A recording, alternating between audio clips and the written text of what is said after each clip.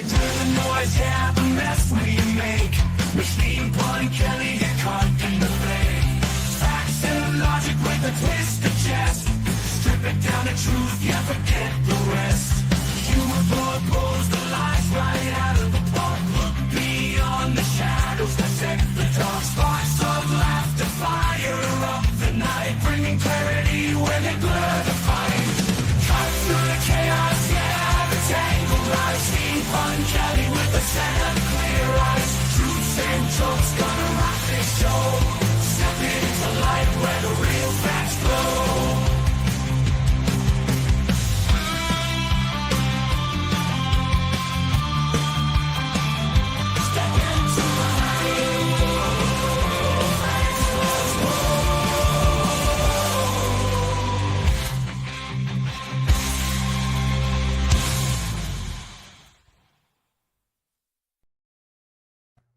Hello and welcome to the Pun Show. Today I am very happy to introduce to you a second time. He was here for our Antifa panel last week, Randy Bryce, or as I like to say, the Bryce is right, for the state of Wisconsin. He is running for congressional office in Wisconsin. And as a tribute to that fact, I have just opened up the Pun Store, which I will be adding many products to. But our second product is, I'm announcing it right now. It is the Charcuterie Board, and it's not seen in this picture because they don't do the mock-ups for it.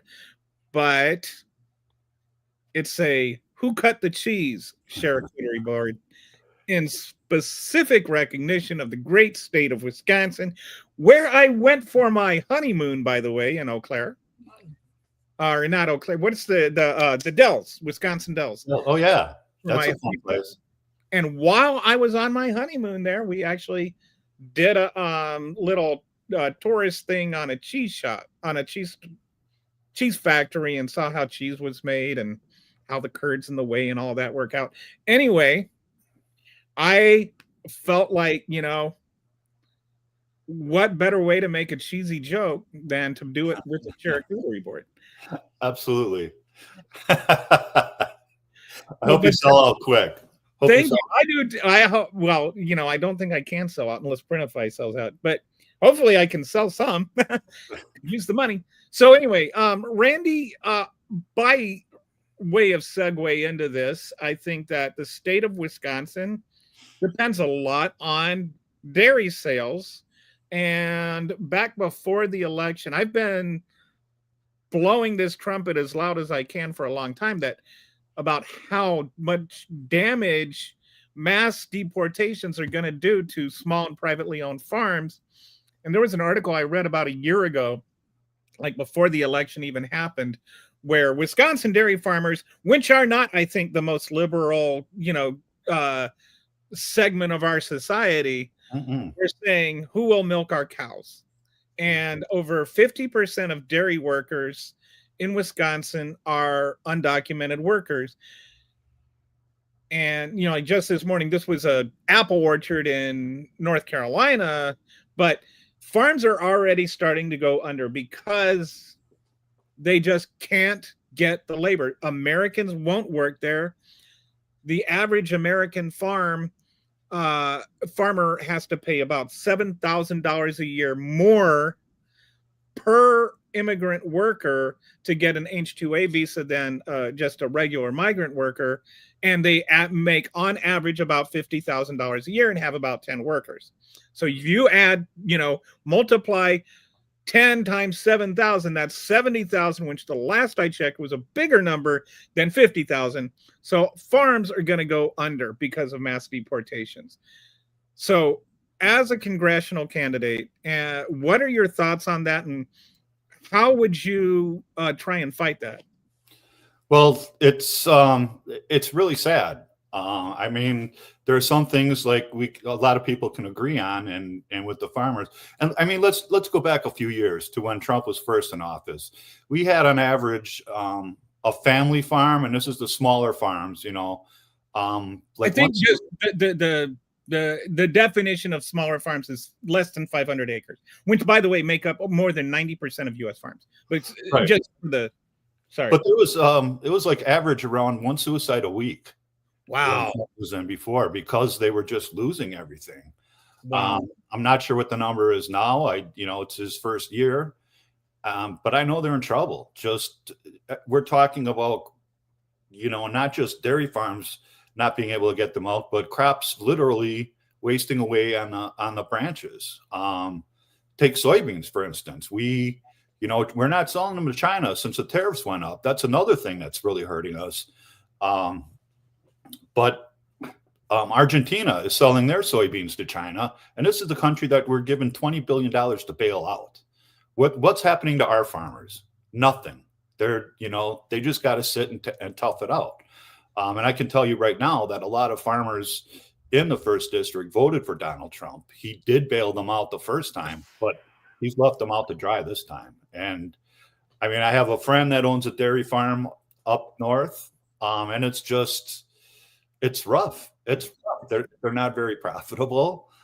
And once you get the company providing all their hardware and seeding and all of that, you're just barely making it at all. And to be able to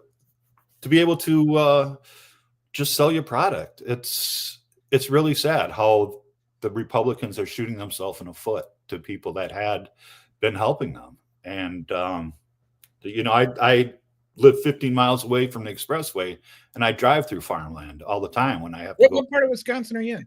I'm in Caledonia, which is it's like Racine, right just north of Racine, and south of Milwaukee by about 30 miles. So kind of over like halfway between Illinois and Wisconsin and Milwaukee. Yes, and about a mile away from the lake. Okay. And I mean, we see harvesters and all that with the triangle, the slow moving vehicle on the roads all the time, and it's you just get used to it. It's like, okay, I don't mind waiting for this man to get to where he's got to go, because we need whatever. Oh, yeah, I know what you mean. Yeah. The guy that's driving from one plot of land to harvest that, and then so he's like going 15 miles an hour because that's as fast as his combine. Right. Yeah, right. I've been there and done that. And then there's a pumpkin farmer that I've talked to quite a bit too, who he always uses migrant workers to come in there, and he's always taking really good care of them. They have a porta john out in the fields, and that's, I don't know how people can say that's not skilled labor. When you watch some of these people work, you can tell they've been doing it forever. I hate the term unskilled labor. All labor is skilled. Yes, absolutely, 110%. And these people, what I always like to use as the example is that famous clip from the Lucille Ball with the candy, where the chocolates are going through. Yes. And it's like that's the difference between skilled and unskilled labor. It's like, even if it's rote work, muscle memory, and maybe it takes only a month to learn, but it's still skill that makes money for the person that's paying them. Right. And it's these people, they bust their rear ends, and but now it's getting to the point where pumpkins aren't light either. Right. That's gotta, like, you carry those around for a while. That's gotta be a calorie burner right there. Oh yeah. And the large hats to keep the sun off of them, and long sleeves, which was something I worked out in the sun as a union iron worker for over 20 years. And I could not get used to wearing long sleeve shirts. Some guys swore by it to keep the sun off, but that's rough work. And now not only are people afraid to come and take those jobs, but it's like even people in the communities, in the cities, are afraid to go out if they have darker colored skin. Especially after what happened in Chicago. Yeah. On the side, they took a whole building and then separated the immigrants from the black people, and zip-tied kids. That's zip-tied kids in their underwear. Yes. And then said, "Who gives a bleep about the children?" Yes. That's our government. That's our government. And how can we expect people to come and, take these jobs picking fruit when, we saw it in California where they raided the fields and a guy, jumped to his death trying to escape from ICE. And it's just they're not well trained at all. And the fact that they were just given twice as much money as the FBI, that just blows me away. Who's standing up for our farmers?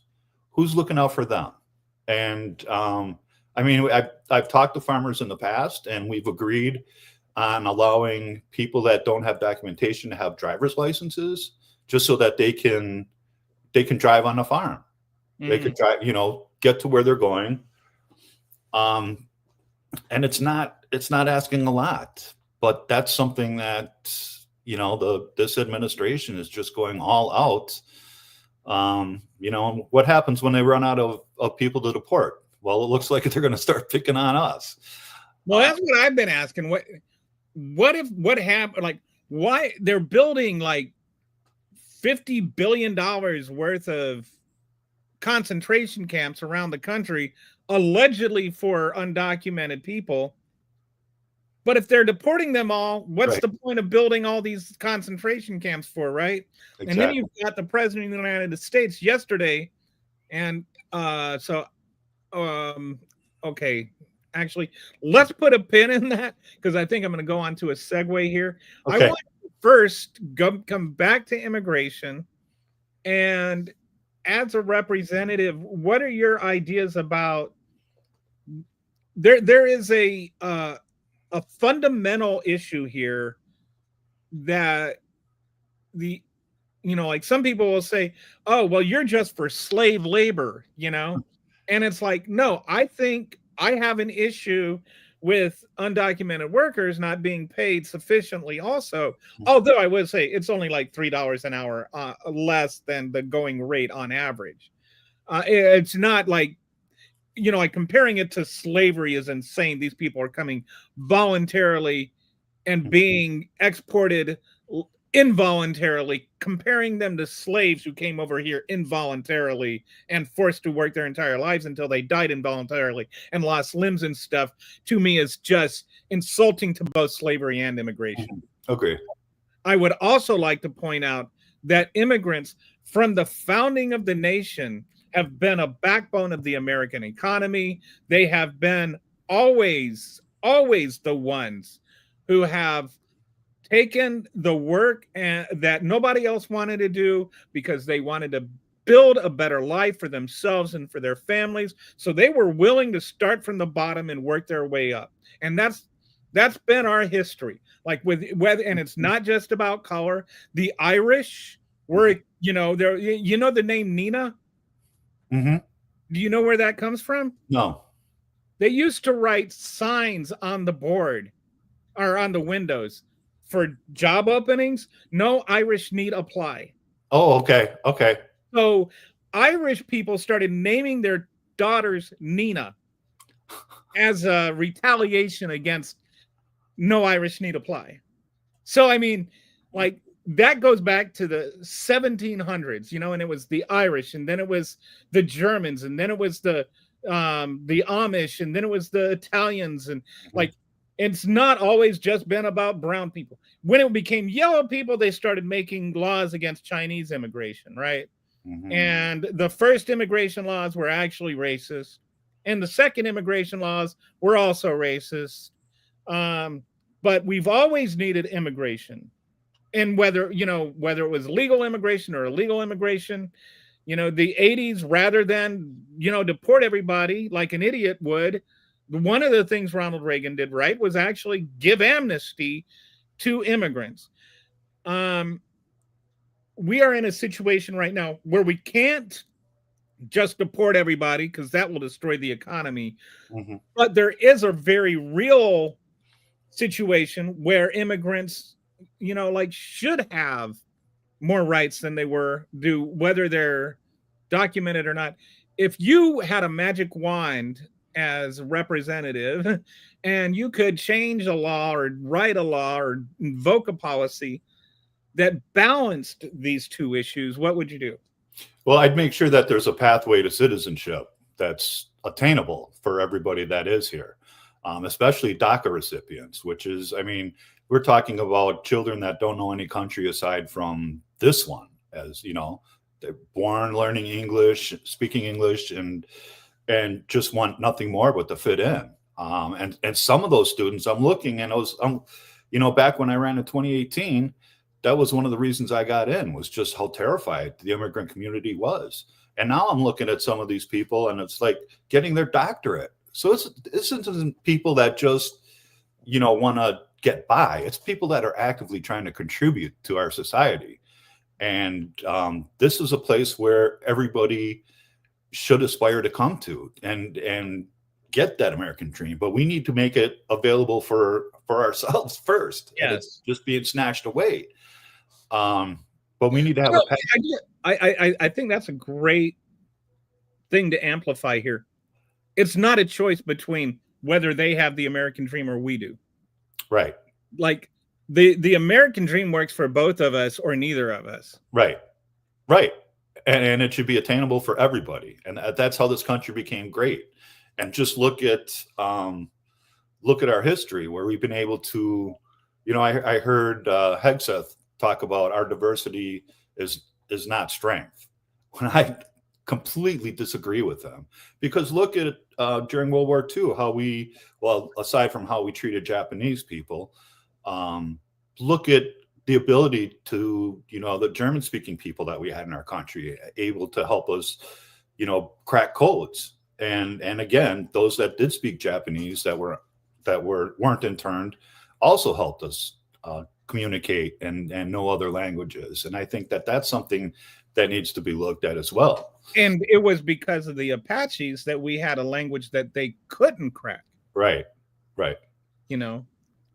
Right. And that's another story all in itself. So our diversity actually won the war. Their lack of diversity lost it. Right. Right. Right. And that's really sad. It's, I mean, something we can point to history, and it's like, it's obvious that diversity is our strength. And just being able to draw from so many different kinds of cultures too. And I mean, I love being able to go to different kinds of restaurants from people that were actually from another country, and they bring that home cooking from what it was like over where they were originally from here. It's fantastic. It's amazing. But to turn our backs on people, it's and to dehumanize them too, talking about they're eating our cats and our dogs. What kind of leadership does that? It's not one that wants to unify us. It's one that wants to put us at each other's throats so that we fight this war amongst ourselves instead of getting together and going against the billionaires that are putting us at each other's throats. There was I think it was Stephen Miller was complaining. Maybe it was Stephen. So one of them was yelling about how if we're calling them fascists is dehumanizing them. And meanwhile, like Trump has literally called, and I'm not even distorting this at all, he's called undocumented worker or undocumented migrants animals. Like calling undocumented migrants animals is actually dehumanizing them by definition of the word. Like you cannot get more dehumanizing than actually calling people animals. And the other, I mean, other than, like on the Darwinian version of, where people are animals, but the other, and then he literally also, and I know people get mad about using the word literally, but here it actually is literal. He paraphrased Hitler in calling immigrants, saying that saying that immigrants are poisoning the blood of our people, right? So they are actually using fascist rhetoric and getting mad and calling us. They accuse us of dehumanizing while they are also dehumanizing people using fascist rhetoric. So it's like insane to me. They're in charge, so it's okay. Yes. So that brings up and this is another topic we were going to talk about today. This leads well into it. Both of us are veterans of the military, right? I was in the Air Force from 86 to 90. If I remember right, you're Navy vet? Army. Army vet. Okay. And how long were you in the Army? I was from 83 to 86. 83. So we overlapped 1 year, maybe a few months. I joined March of 86. I was thinking of this recently. While I was in the Air Force in basic training, for those who have never been in the military, and I don't know if how different the Army does it, but in the Air Force we had our lockers, right? And you had an upper locker and a lower locker, and the lower locker was like your personal stuff, and your upper locker was all your military stuff. And that's like they would inspect your locker to make sure you had everything hung right and whatever. And it was like a very, very meticulous thing. Mm-hmm. The lower locker, they couldn't inspect unless you didn't have it locked. I don't know if the Army was different, but the guy in the bed next to me, like we had bunk beds, and so you had your bunk mate and then the guy next to you. So the guy next to me, his bunk mate was a black guy. And he left his locker open one day, and then so they opened it up, because if it's unlocked, if you didn't lock your little combination lock, it was fair game, right? So they opened it up, and he had like this letter to his parents that he was writing home, and he was talking about how terrible it was that he had to sleep with an N-word above him, and like just full of this racist rant. Okay. And so that did not fly well in the military back when I was in there. Mm-mm. And this was I joined in 86. This was Reagan was president. This was not like DEI high, right? Mm-hmm. But we had what we called the snake pit, which is, like I think you guys had drill instructors. We had training instructors. So we called them guys. But they would all gather at this one table and eat lunch together, and we called it the snake pit, because the last thing you wanted to do was to go near the snake pit. And so they had all of the black TIs sitting at the table this particular day, and as he was walking by, they called him over and they were like, "Am I an N-word?" And yeah, but they weren't saying N-word. They were saying the actual word, and they were yelling at him. And I am just saying, I saw a man's soul destroyed that day. And the idea that DEI is like this new thing in the military. No. The military recognized, I think, at some point in World War II, maybe it was the Tuskegee Airmen, or like they started to realize,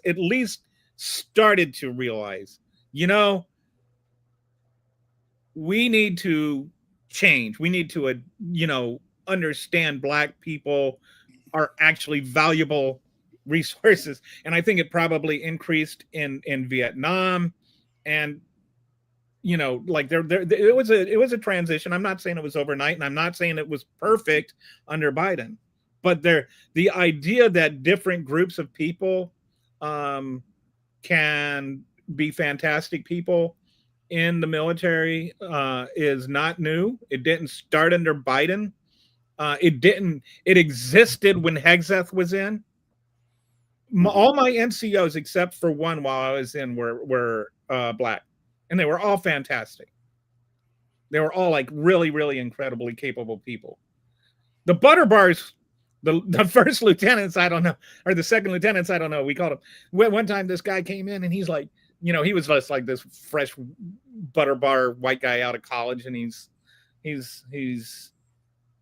yelling at me and stuff, and I'm just like, yeah, whatever. Anyway. They like the people that I knew and respected and like took advice from were all the Black NCOs that were in charge of me. It's like when I was in, it was. I mean, I went to a mixed high school. I went across the city to go to a college prep school, and that was very mixed. So it was, that's where I made a lot of friends that didn't live in the neighborhood where I did on the far south side of Milwaukee. But that really helped when I got into the Army. I was just like, okay, just another person. And it was like, you just get to the point where, like, through all that training, and it was just like all of the head games that they play, where it's like we got together pretty tight as a training unit and, stuck together, and we were always looking after each other because we knew it was us against the drill sergeants.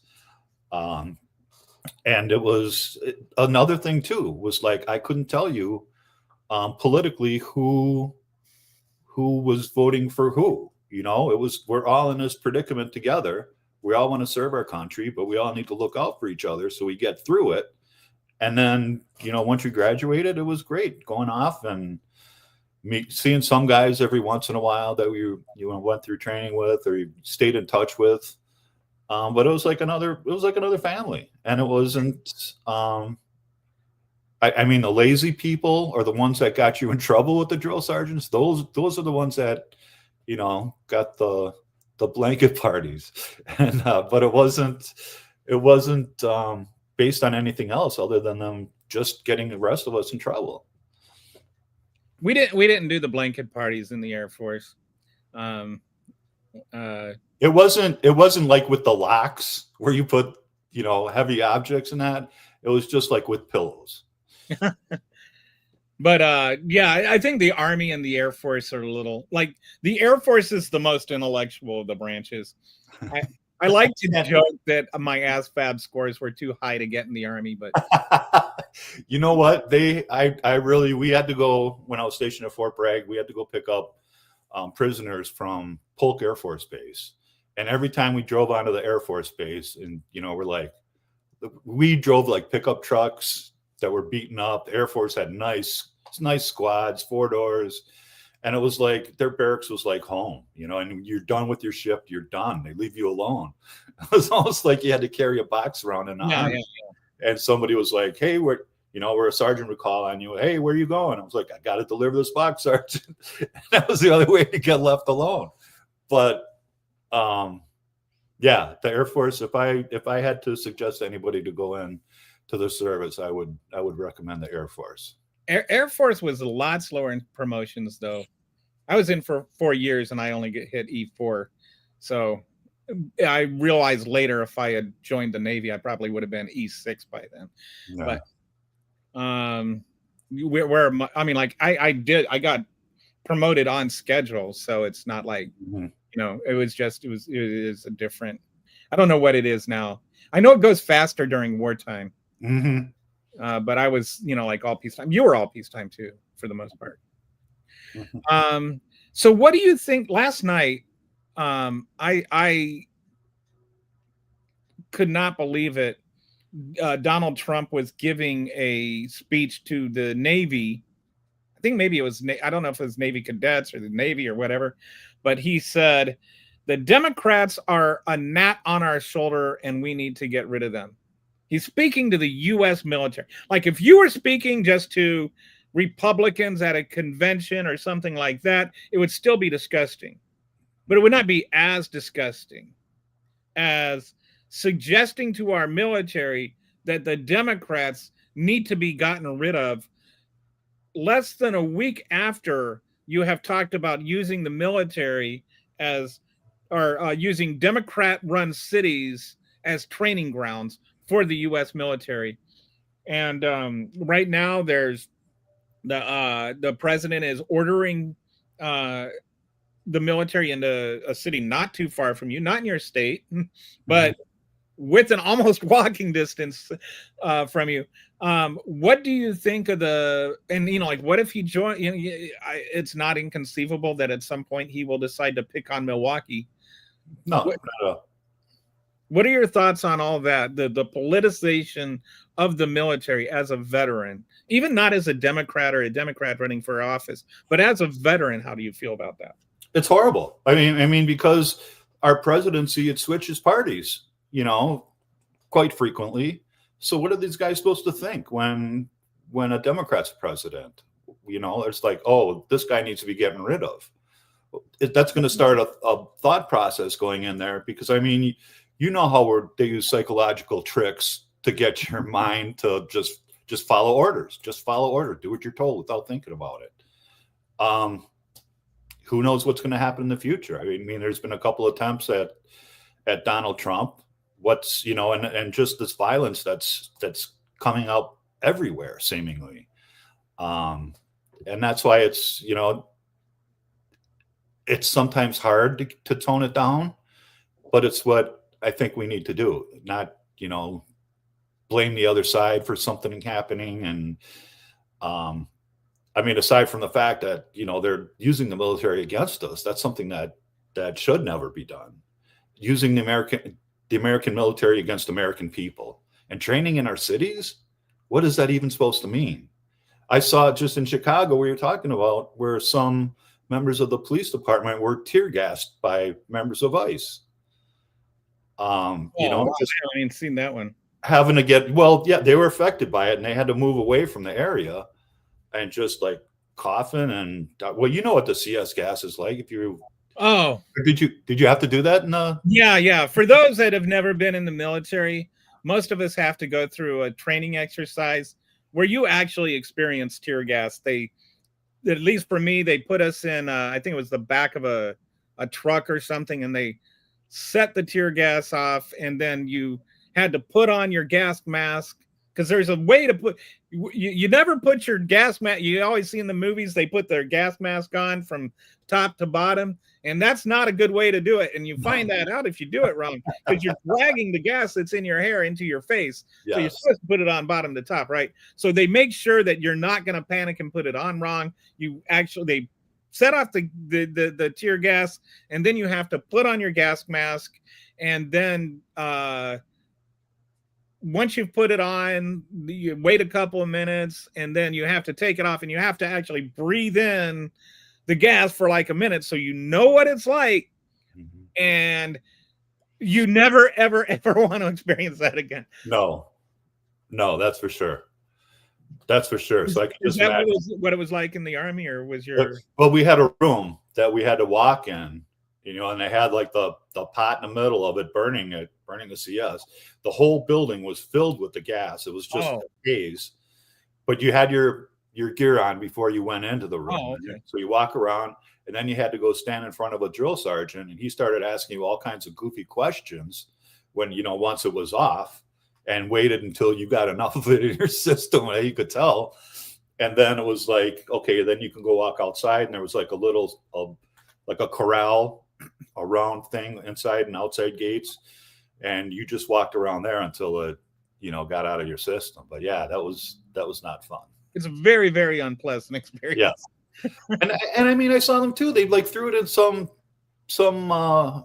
person's car, just that, somebody rolled up next to them and asked something, and all of a sudden they're like, what did they just do? And then you hear like a boom, boom. Gas bomb in somebody's car? In somebody's car. Wow. It's getting really out of hand. And it's like, they need training, They do. These ICE agents are getting $50,000 a year and no training. And the people that are attracted to that job are inherently already, let's just say it. Excuse me. Not the most open of human beings. Like, these are not people that are going into the work because they feel like justice needs to happen. They are, the more anti-immigrant, hostile towards immigration, hostile towards, these are the people that feel like white people are being victimized and all of that. These people are getting paid $50,000 and being armed and being sent into neighborhoods where it's all the people they hate. But somehow it's not ICE's fault that all of this is being instigated wherever they go. Yeah. And bringing up the National Guard too. They're not, for the most part, they're not trained for how to deal with the situation. Right. And they're not, unless they're MPs. I mean, we did have training for how to act, how to treat mass protests, like rescuing people and stuff like that. Were you MP, or what was your? I was an MP. When I was medical record, so I never had any of that. Yeah, it was part of the 18th Airborne Corps, and we're stationed in, excuse me, in Honduras, when the Sandinistas and all that Oh, garbage was going on. good time to be in there. Oh, it was great. It was great. But no, so I mean, for the most part, they're not trained to deal with people, and they're not, give them an AR-15 and go stop a protest. What what do you expect when you have ICE just pointing guns at people? Yeah. They need better training, and you'd think that with them getting a budget twice as much as the FBI got, that they'd be able to train people better as to what they're doing. Now there's been I've seen some talk from the left, and I do try to even things out a little bit. There are people on the left that are telling the National Guard, "Oh, you should just disobey orders because you can't obey a lawful order." What's the difference between a lawful order to report for duty, whether, and then that duty is something that's being negotiated in the courts, and an unlawful order that is, like throughout the legal history of you can refuse an unlawful order. What kind of unlawful orders have there been in the past that's like, what does that actually mean versus the way it's being used? Well, I mean, right now, it's aside from all the psychological training, that they instill in you just to follow orders, because that's what they want. They want pretty much a machine, and that's what they need, really. Right. You don't need a soldier that's sitting there wondering about what is advancing 20 yards lawful or not, or is reporting for duty lawful or not, and being told to go shoot a village full of Vietnamese citizens, like, and which is the actual case history, and then to hear that again, that we're going to use our cities to train in, that's setting opponents right there of Americans, which is just wrong. And it's so difficult to be able to actually think about it, I'm going to disobey this order, because you have to take that time to think about what am I doing? Is it right or wrong? Then you have the peer pressure of everybody in the unit around doing whatever they're told. And it's just, you bring something up, because talking to you just before the show, we had there's an incident in basic training where the drill sergeants told somebody they were kind of picking on a guy, and there were three of us that were like, this ain't right. And they were like, go get back information. And we were like, there were three of us that were pretty adamant. They were like, this ain't right. We're not going to allow you to do this. And it got really close to us being, getting written up and possibly kicked out of basic training. But, the drill instructors took us aside afterwards and explained how that all went, and that, what they gave was a lawful order. And we did, follow that. But I can't imagine now, especially now going after, former colleagues of Republicans, whether it's, Comey, bringing him in, charges against him, or right. Or anybody else. It's, and how somebody like a private just at a basic. The military isn't arresting Comey. I'm sorry. The military isn't arresting Comey. The FBI is. No, correct. But I'm just saying. What I'm talking about is some people are saying that the military, the National Guard, you got some 21-year-old kid that joined under Biden, and now he's a member of the National Guard, and then he's being summoned by Donald Trump. And while he himself is Donald Trump's orders may be illegal, but he's not committing a crime by showing up for duty. But he could be committing a crime by not reporting for duty, because he could be considered AWOL and end up getting, dishonorably discharged, having all his veterans benefits stripped, his GI Bill taken away, whatever they call it now. He could lose all of that Mhm. And he's not actually being like, while Trump's orders to go to Chicago might be illegal, reporting for duty is not illegal. Like the airman or the seaman or the soldier, the private that is going to work or like reporting for duty is not committing a crime by following that order. And so my Right. question is more about like, what's the difference between following an order that the courts may eventually decide is illegal versus being ordered to do something that is a crime? And like, as a soldier, what is your obligation? Is it to be a lawyer and dissect the legal ramifications of whether or not an order is legal or not? Or is it just like, no, I'm just not going to shoot this kid? Right. And I think that takes it to a different level. What I was bringing up about Comey was just the fact that our government is arresting, people from before, and that's going to affect how people think about whether they're going to Oh, I see what you're saying. follow orders or not. If you know that your government's arresting people, right, what chance do you have as a new private? That's a great point. So like, if Private Brown sees Comey being arrested, he's Right. going to think twice before he's going to say, "Oh, I'm not going to, follow this order." What chance does he have at Yeah.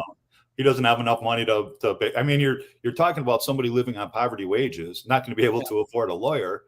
Yeah. But no, And that's most of the people that are enlisted in the military are enlisting because they don't have money. I mean, like, people Right. aren't joining, like, most of the people aren't joining because they want to go and kill brown people. They just joining so they can like make a living and get a college education. right. And that's where the recruiters go. They go to neighborhoods where people don't have a lot of things that average Americans have. And it's it's basically offering them socialism to join the army, to feed them, give them a place to sleep, give them work, and pay them. Granted, it's not a lot, but that's where you're going to get them, and that's part of the warfare going on against poor people here, because you don't see rich people enlisting in the army. I can't think of anybody that I met that was very wealthy while I was in the army. Some maybe officers, they make a lot better money, but no. I knew people in the military that enlisted because it was either that or jail.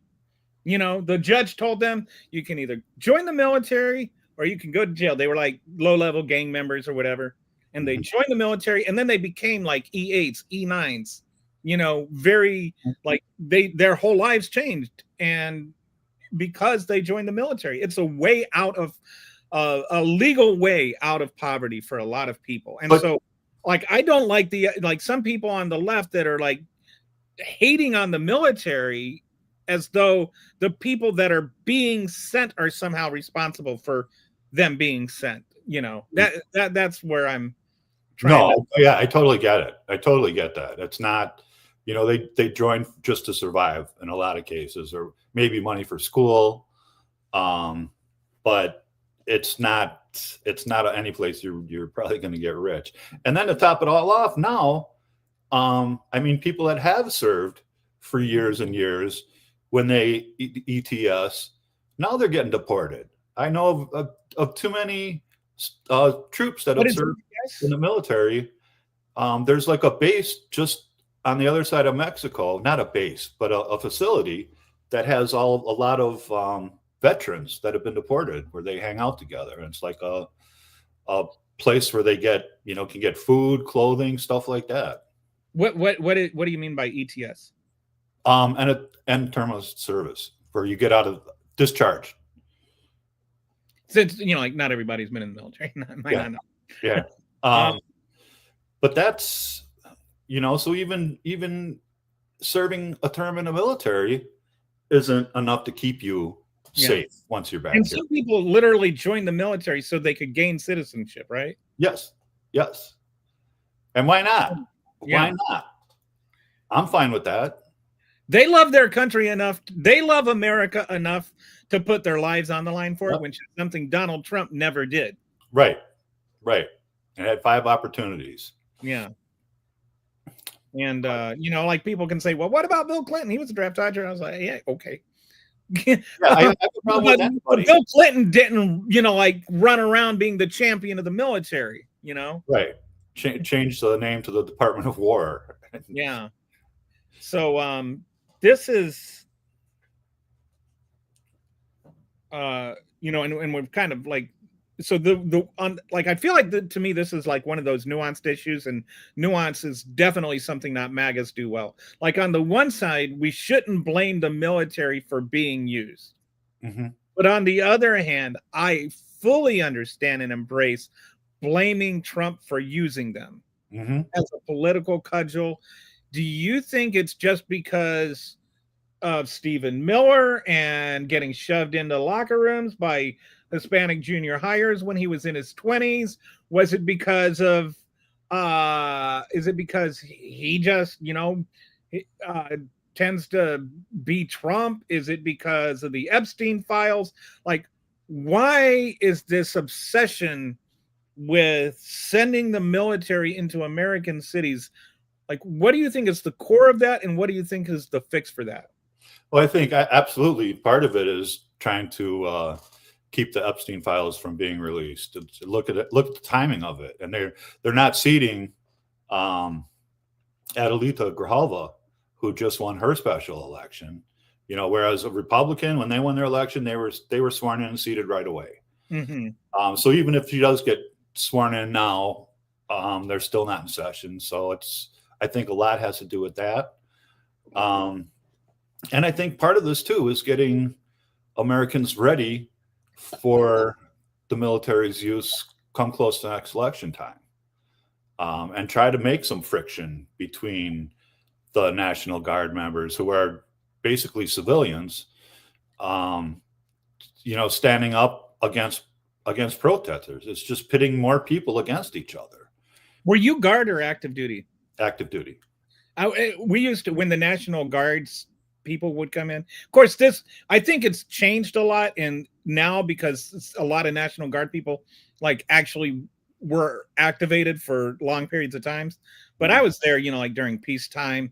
It had been over a decade since we were at war. Most National Guard people, just were weekend warriors. And we used to say, oh, I thought about joining the Guard, but I decided to join the military instead. They would like iron. I watched a guy one time. He had just transferred, and he was ironing on his patches at work. Like it was, they were definitely sublight military. But I think, again, like I think that maybe nowadays most a lot of National Guards people have actually seen combat and stuff and have been, real members of the military. But back in our day, National Guard was a joke. It was, yeah. I mean, we saw a couple units in our mess hall, and it was just like, who are these guys? And it was like, okay, at least they're here for a weekend doing something. Yeah.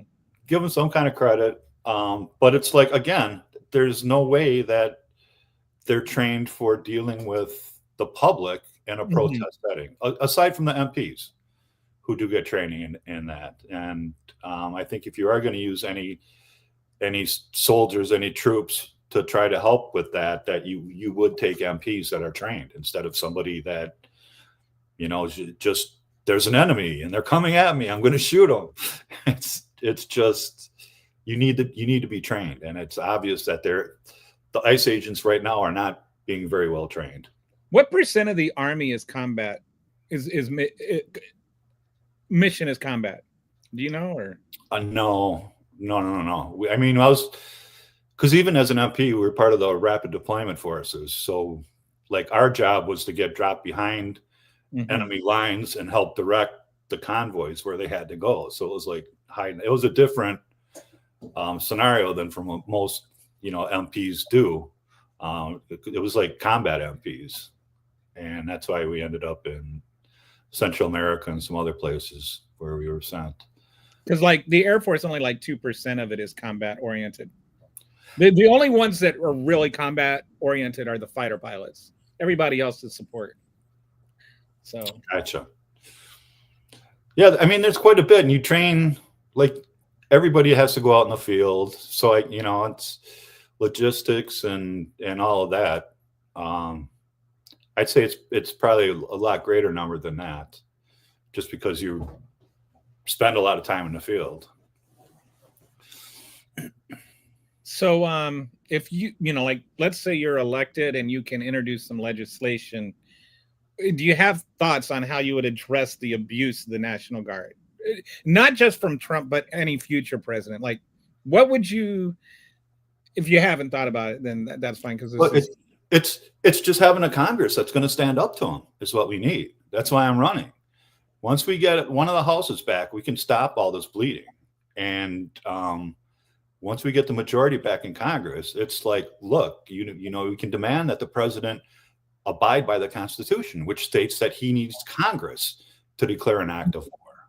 We need to go back to that. And I've been in favor of that no matter who the president has been, because we need a lot more people that are able to sit down and determine what's best for the country, as a group, as opposed to one person. And it's all written in the Constitution. It's not like we need anything new or any new rules. We just need to follow what's there. And unfortunately, right now, we have a cowardly Congress made up mostly of Republicans that aren't doing anything to stop it. Whatever Trump wants to do, okay, he's our king now. And that's what needs to stop. I always say the Republican, like the MAGAs, they never stop talking about the Constitution or the Bible, and they never read either. Right. Very true. Very true. They the degree to which, and one thing I like, like the way that like there was a recent ruling that the president can just decide not to spend money that's already been allocated by Congress. I've been like thinking, I hope that President Ocasio-Cortez just decides she's not going to fund ICE anymore, and then use that as the precedent for being able to say it. I would love to see the MAGA heads explode when that happens. Yeah. I was one of the first candidates that came up against ICE when I ran starting in 2017, and I caught all kinds of hell from it by the Republicans. And it's like, how long did our country go without ICE? Yeah. Like, when was? Do you remember? Like, when? What was? It must have been around 20 to add ICE to the whole thing. I want to say around 2017. No, ICE exists. Sorry, yeah, that was the 9/11. The Patriot Act. Yes, was where ICE came in, and then it's been building more and more since then. Right. No, it's I remember being just fine with years without ICE, and now it's like, oh, how can you be against ICE? Right, and it's just crazy what they're doing. Then again, the lack of training is so apparent. I mean, if you look at Dean Cain, the training going through that obstacle course, have you seen that? I have. That was such a joke, and I commented on that. I was like, Superman was an immigrant. Yes. Yes. An undocumented one of that. He didn't get a visa. He didn't come over here the right way.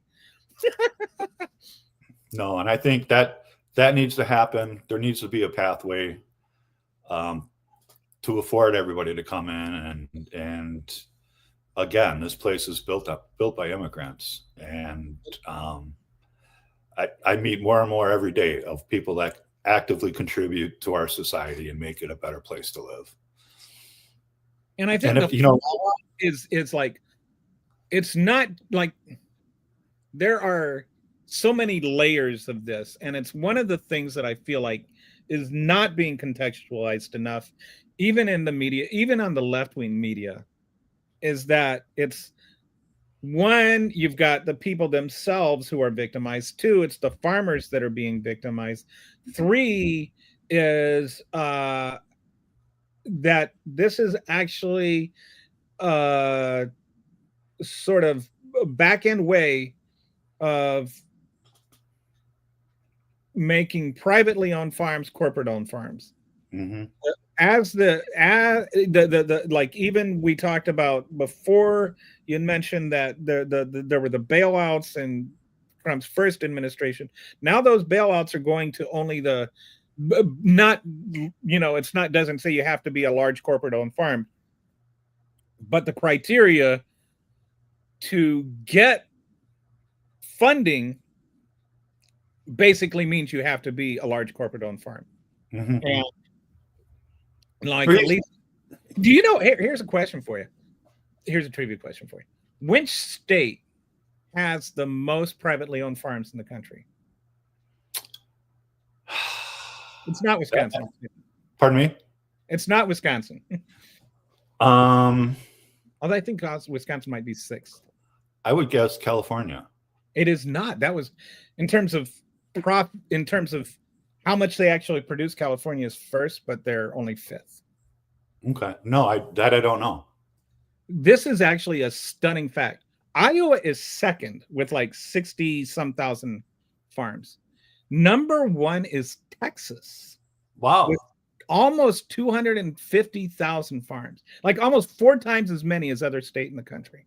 Wow. And they're 91% are privately owned. But this red state, this reddest of red states, where Greg Abbott is sending our National Guard, I'm in Texas, to Chicago, where I used to live, is like oblivious to the fact that all those privately owned farms that are just like the heart of, a big, like, you think about Texas, there's rural Texas and urban Texas, or and urban Texas, right? And when you think about urban Texas, you think about the ranches and the farms and the, but yeah, all that's going to become corporate owned because of mass immigration or mass deportations. And the Texans that voted for it are going to be like wondering what happened. And I'm not a Schadenfreude person on this, like some people are. Like, I don't want farmers to get their comeuppance because they voted for Trump. Right. Because I'm going to still end up paying more for food.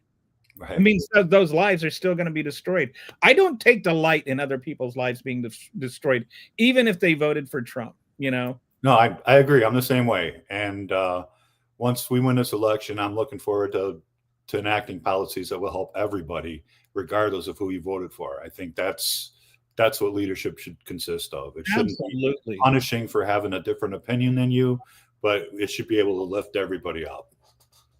If I were in Wisconsin, I'd vote for you just based on that answer. I'd appreciate it.